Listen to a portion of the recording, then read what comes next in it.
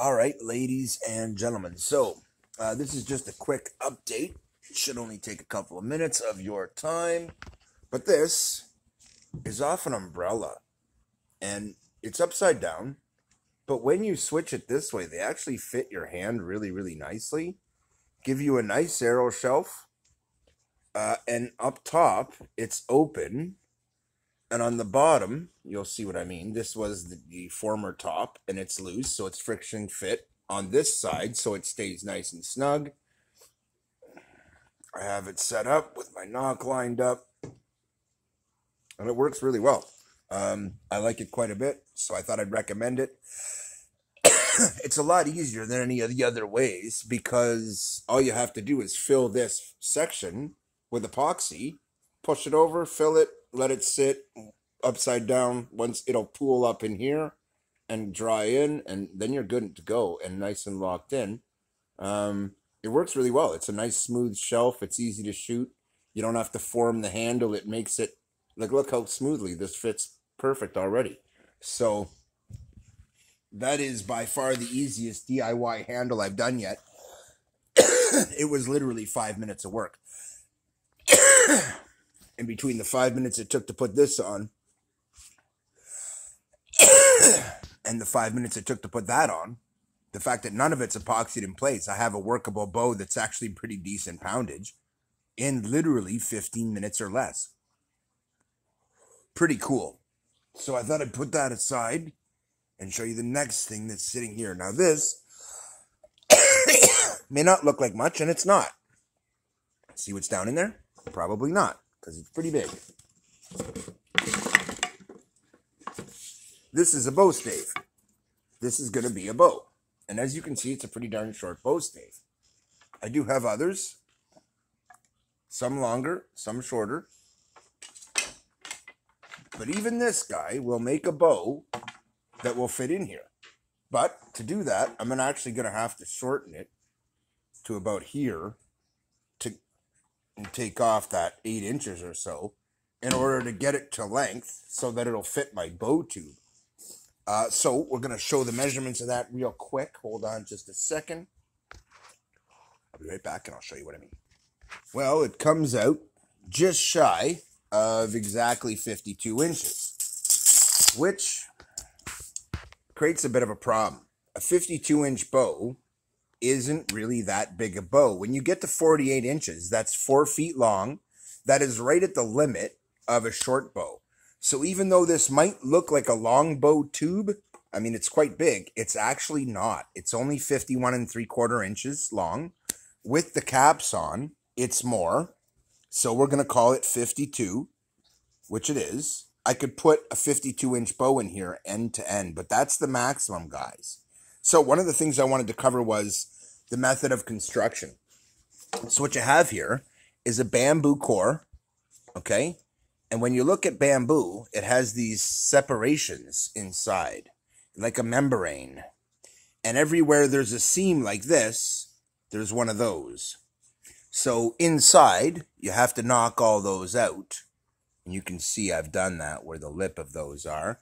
And that's easy to do. All I did was take one of these and just keep punching it through until I had cleaned all that out and made it nice and smooth inside and nice and even all the way through. I have a cap on each end.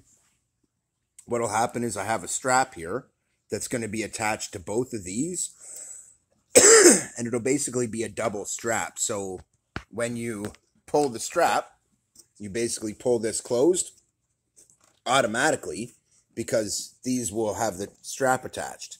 So when you take the strap off your shoulder, I've done it like this before, it works awesome. It automatically just kind of falls open as soon as you touch it. And as soon as you grab the strap and pick it up, it'll automatically put the cap back on. It works out really awesome. That being said, the other end is set up on the same, but not with one of these caps yet because I added a few inches to the overall length that it could handle by punching this end cap out instead of cutting the other one off, adding to it instead so that I get a little extra length rather than a little less length. I realized if I did both ends this way, I would not end up with the total length that I wanted. That being said, um, this will still take a very long short bow or a very short long bow, but uh, it is kind of weighty. I mean, this isn't super light. This has got some weight to it. But given that it's light enough and it's carried on my back, and when the bow is in it, I'm also going to set up something so I can put some arrows around. On one side, there will be a bow, and on the other side, some arrows. Um, and that'll be just dandy. What I will say is, I was out for a walk this morning just before it poured rain, and it's garbage day here, and I saw this, and I couldn't help it. I had to grab it. It was such a nice little piece. Hollow, nothing in it, just but solid, and a really nice piece of bamboo that had the nice pattern made into it already. Nothing for me to do, just cut my end caps, attach my lines, and away you go. And now I've got a nice little setup. It's not done yet, but like I said, I'm going to take a strap that's going to be tied to both of these. It's actually going to be a double strap. Come out, meaning it'll be a double piece of paracord, and then, which is two pieces side by side, and then tied off at certain points so that they stay together. And it will be the same at both ends. And it works really well. I mean, I've done it before, but I didn't have as cool a tube as I do this time.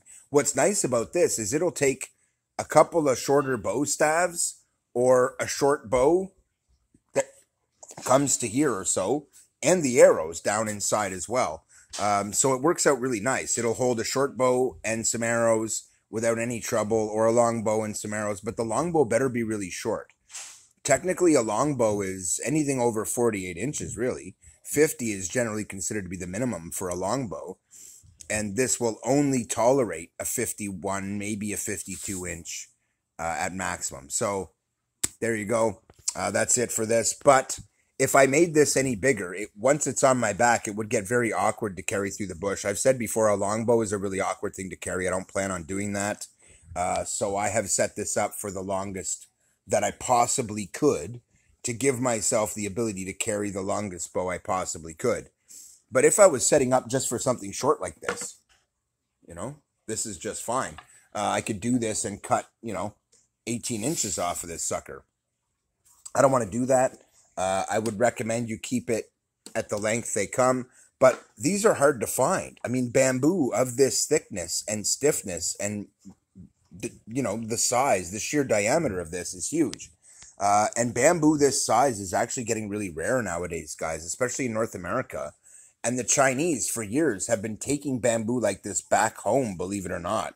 As it gets discarded, you'll see Chinese people gathering it up, and they ship it back home because the bamboo there is in really high demand and quite valuable.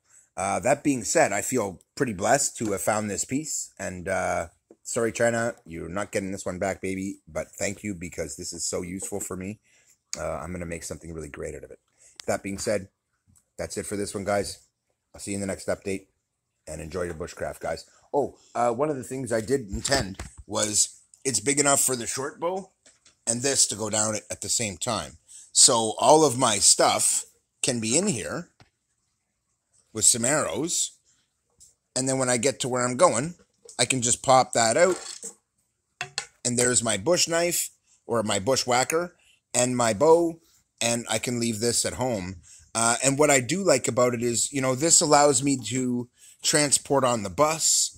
It would allow me to pack up with my camping gear and just transport it and not really worry about it. It won't be visible. People won't go, oh my God, that must be a weapon. It's not big enough for a rifle case, so it tends to kind of go without really being a threatening looking thing. People are going to see it. They're going to assume it's a bamboo bedroll or some shit. Anyway, long story short, this thing's awesome. It's working really good for me. All that's left now is for me to make the strap, and I'll do that, and I will show it to you in the next update. In the meantime, enjoy your crafting, guys. Don't forget, everything I build here, I build for free, man. I build out of things I find in the trash. It's all cheap. It's all out there. You can build it and survive and thrive. Even if the world collapsed, man, you could find what you need to survive and make what you need to survive. Now, if there's a nuclear radiation thing, we're all fucked. But short of that, you can survive, man, and you can thrive. Everything you need is available in nature. And if you're in the city, believe it or not, everything that's in nature has been used in the city. Just about. So all you got to do is know where it's being thrown out and find it. Keith out.